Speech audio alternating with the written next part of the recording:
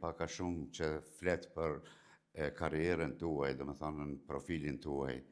në fakt, cili është General Gzim Hazrolli? Po,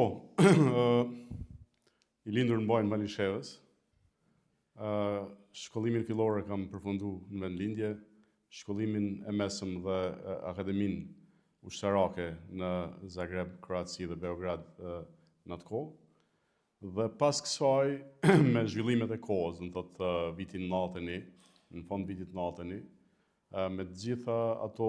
ngjarje që kanë ndodhur në ish Jugosllavi me fillimin e luftës në Sloveni dhe Kroaci, unë jam largu nga ish armata në atë kohë dhe kam fillu faktikisht aktivitetin tim në ilegalen e kohës atëherë. Por pas një viti, filluan ngjarjet marrin një hub tjetër, filloi jeta tjetër faktikisht jo e lehtë për vepru dhe mu kërku në fund vitit 93, pas shumë burgosjeve që ndodhen në atë kohë, të largohem nga Kosova për një kohë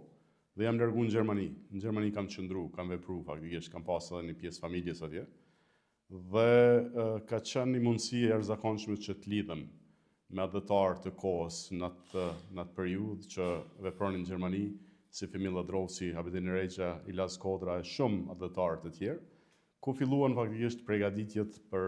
atë që pritej në Kosovë, sepse dijej pas zhvillimeve që ndodhen në Sloveni, Kroaci dhe Bosnjë, do thotë dijej shumë mirë që do t'i vijë radha dhe Kosovës. Dhe pas ngjarjeve të Marsit në Prekaz, pas ramjes komandantit legjendar të Mjasharit dhe familjes së tij,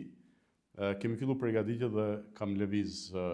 prej Gjermanisë për Prishtinë që t'i bashkohem luftës. Për Shqipëri.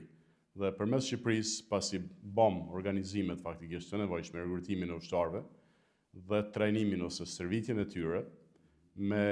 rreth 140 ushtarë, kemi marshu me 28 nëntor, do të thotë një datë simbolike, por edhe veçantë edhe për neve, një marsh të asaj kohë, do të thotë në Borën e madhe, në Acarin e madh. Bora do të thotë ishte deri 1 metër e gjysmë, kemi marshuar për 58 orë për të hyrë në Kosovë për t'i bashkangjit faktikisht brigadës 123. Është një marsh që duhet flitet shumë, me siguri që do t'i vi koha, sepse në analet e historisë ushtarake, pak ka marshe të tilla që njihen, dhe me suksese të tilla për të kalu shumë pengesa, ose pritat që i kemi pas në Kushtin të Hasit, por për fat mirë kemi depërtu dhe kemi arë pa humbje të mëdha faktikisht në Breshans të Suarikës.